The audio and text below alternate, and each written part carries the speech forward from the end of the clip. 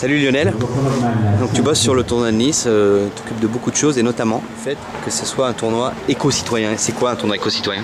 C'est un tournoi où on essaie de faire beaucoup de choses pour réduire notre pollution. On pollue beaucoup, on pollue autant que la République de Djibouti. Donc c'est énorme. Il faut essayer de se déplacer de manière plus propre parce qu'il y a beaucoup de déplacements. Il faut essayer de recycler beaucoup de plastique puisqu'on boit énormément. Il fait chaud à Nice. Donc, beaucoup de bouteilles en plastique.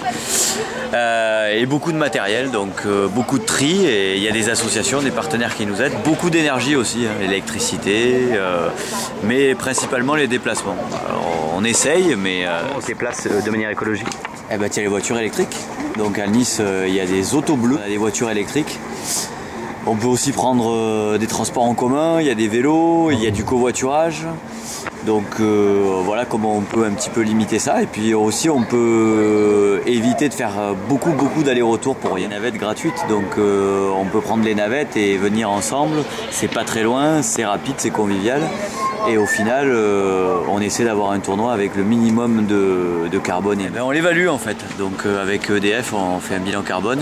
Et donc en fait on consomme énormément.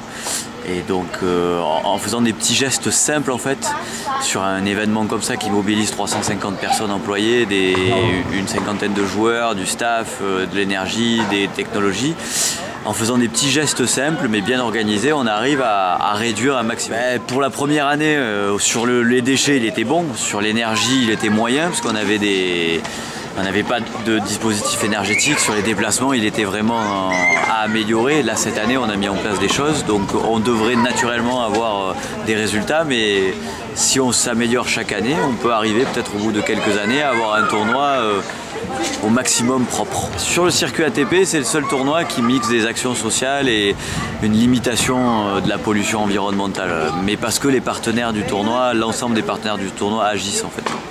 C'est une initiative de la collectivité, puisque la ville est portée sur cette thématique, mais également des partenaires dont c'est le métier, comme EDF, comme Veolia, et aussi comme tout type d'entreprise, puisque BNP Paribas aussi est acteur de ce genre de démarche. Moi, le problème, c'est que c'est coûteux de faire du développement durable. Et donc, en impliquant les partenaires, en leur montrant qu'avec des petits gestes simples ou des petites actions simples, on peut...